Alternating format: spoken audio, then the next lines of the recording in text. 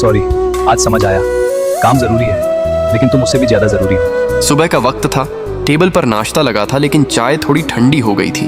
बस इतनी सी बात पर पति चिढ़ गया। इतनी भी ध्यान नहीं रख सकती, उसने ऊंची आवाज में कहा और बिना नाश्ता किए ही ऑफिस निकल गया। पत्नी चुप रह गई। उसने कुछ कहना चाहा पर शब्द गले में ही अटक गए। दिन भर उसने कई बार कॉल किया पर हर बार फोन कट गया। दोपहर में एक छोटा सा मैसेज आया, मीटिंग में हूं, परेशान मत करो। उसकी आंखों में आंसू आ गए। उसे लगा शायद अब उसकी बातों की कोई कीमत नहीं रही। शाम हुई, उसने फिर हिम्मत करके फोन किया। इस बार पति बोला, हर बात पर ड्रामा मत किया करो, मैं आ जाऊंगा। फोन कट गया।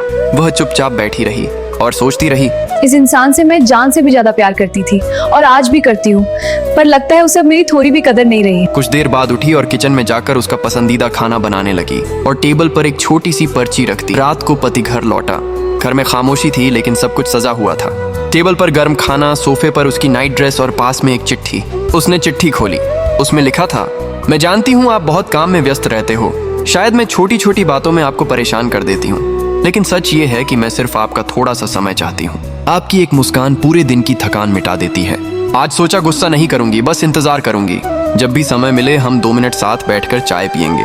चिट्ठी पढ़ते पढ़ते पति की आंखें नम हो गईं। उसे एहसास हुआ कि वह छोटी छोटी बातों में कितना कठोर हो गया था। वह कमरे में गया।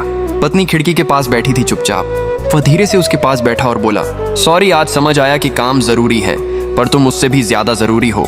पत्नी ने पहली बार मुस्कुराकर उसकी तरफ देखा। दोनों ने साथ बैठकर चाय पी।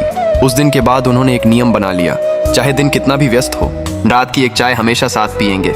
सीख, कभी कभी जिसे हम ड्रामा समझते हैं वह किसी का प्यार और पुकार होती है। समय रहते समझ लेना ही रिश्तों की सबसे बड़ी जीत है। वीडियो को लाइक जरूर करें।